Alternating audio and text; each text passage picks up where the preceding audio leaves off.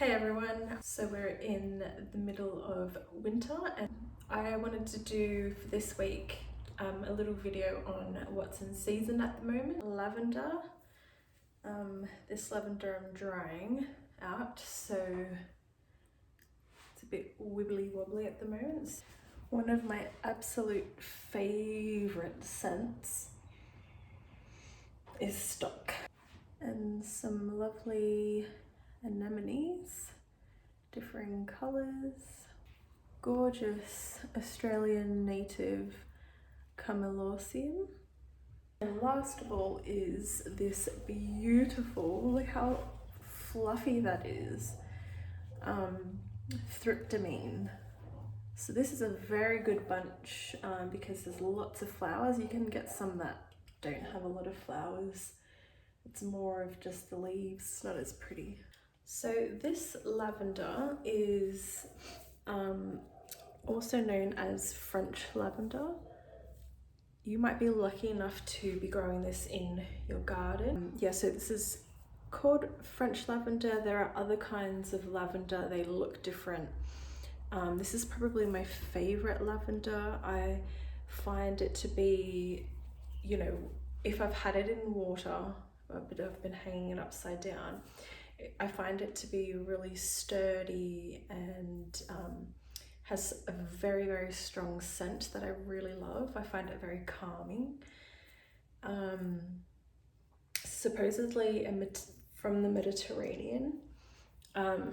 So with flowers that can be dried, they do have what's called vase life. So that's basically the amount of time they can be in a vase and stay looking fresh. So just because something can be dried, it doesn't mean that they can't have a short vase life, but typically a lot of them have a long vase life, like these, about 10 days or more, and then they'll start to look old or aged, not as fresh as when you initially bought them, but they're just my favorite things to dry. They have the most beautiful gray color at the end, and then they have what's called flags. So I don't know what it looks like to you on here, but in real life it looks purple to me, but from blue to purple, yeah, just a beautiful, lovely color. Just a great flower for any occasion, any arrangement or bouquet, posies. So if you've got lavender in your garden, all you have to do is snip the ends and then bundle them up, and then if they've been wet, or if you've taken them out of a vase like I have, you can see that it's been sitting in water, then all I do is just make sure that it's completely dry, and then I will just hang it upside down like so and leave it to dry for several weeks until I know that it's properly dry. And even when it's dry, as you may already know with potpourri, for example, you can still smell the scent of lavender, and it's very, very calming. So obviously with all dried, unless it's dyed, and some colors like reds usually last a bit longer, but colors will fade over time, and that's up to nature. It's not up to florists or flower lovers. It has a mind of its own. So it's some beautiful light purple stock. They're pretty easy to care for as well. You just need to make sure that you cut them every couple of days or so and change the water. They need to have a good drink, and they can tend, so the vase that I've got them in is not big enough or tall enough. It's the tallest one I've got at the moment. So I can just chop them down and see how they go in that, because they can curve a little bit. But generally they're fine, and I don't even mind a little bit of curving in my flowers, but if you don't want them to curve and you're a little bit worried and you don't have the vase that's required for them and you need it for a wedding or something like that, then just wrap them up in paper and make sure they're in water. So they're in water down here, but you just kind of wrap them around with some brown paper or something like that. And also to keep in mind that it's quite a lumpy but straight flower, so the way that you use this flower in an arrangement does make a difference. Anemone are a winter, also spring flower. These have somewhat of a short vase life, and I feel like I keep saying this, but it all depends on when they were harvested and how they were taken care of after being harvested. But it can be as short as 4 days or as long as a week. I forgot to grab one of these. So we've got this bluey purple color. A lot of them have a black center, even though this one I would feel looks more like just a dark version of this bluey purple. You've got lavender or reds, pinks or like magentas. A lot of them, you know, you've got this white with the purpley bluey center. This is, it's blue or black inside, and this is kind of yellowy green, and to me this is kind of like pure white. When I pick a bunch, I'm looking for more closed than open, like this a bit, because of the potential short vase life. So when you pick them like this, you don't know how much longer it's got. Well, you sort of do. You sort of know that it'll open up a bit more and that'll be closer to its mature age, I guess. They will be searching for the light. So if you've got them in a vase, make sure that they get lots of light. The stems are quite sturdy, just a beautiful flower to use in any arrangement that doesn't have floral foam, because they don't like it. They don't drink properly from it.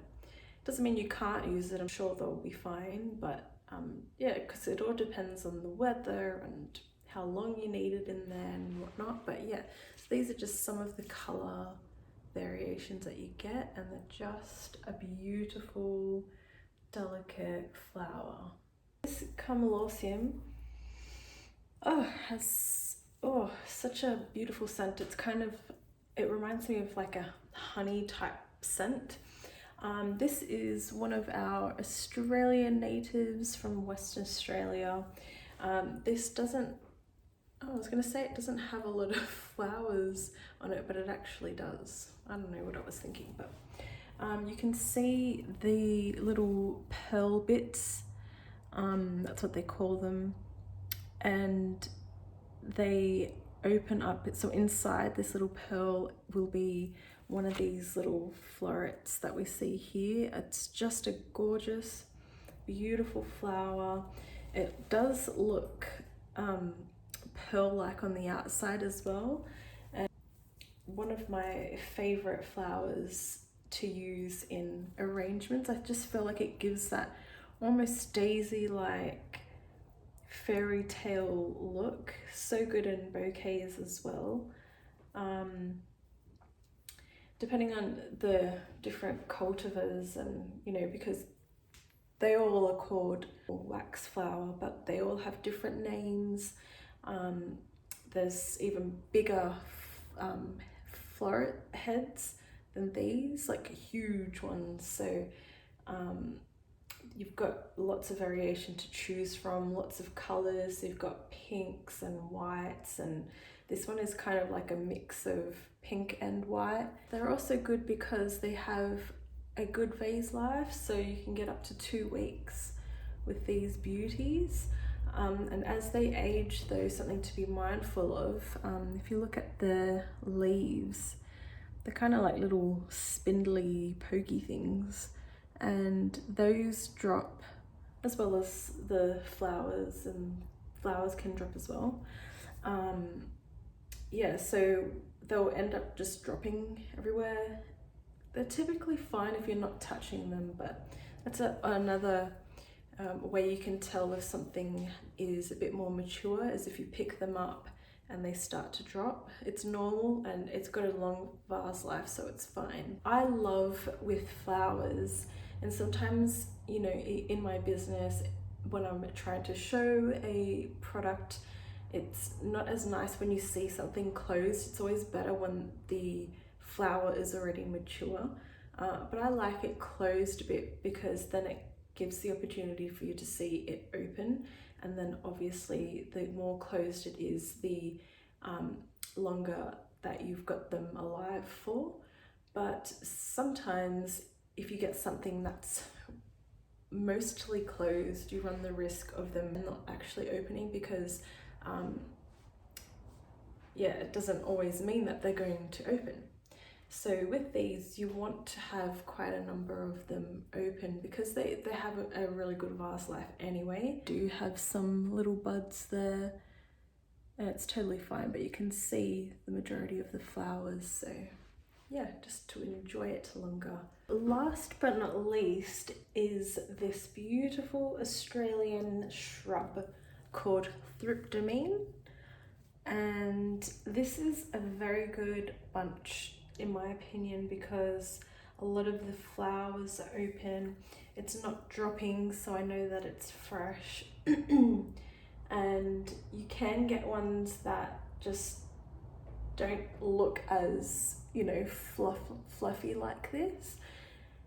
Those are not my favorite because it looks more like foliage, which I guess in a way that's what this is with little flowers. It's not quite a flower, but it's a great filler flower. It's got quite a long vase life, so up to 2 weeks.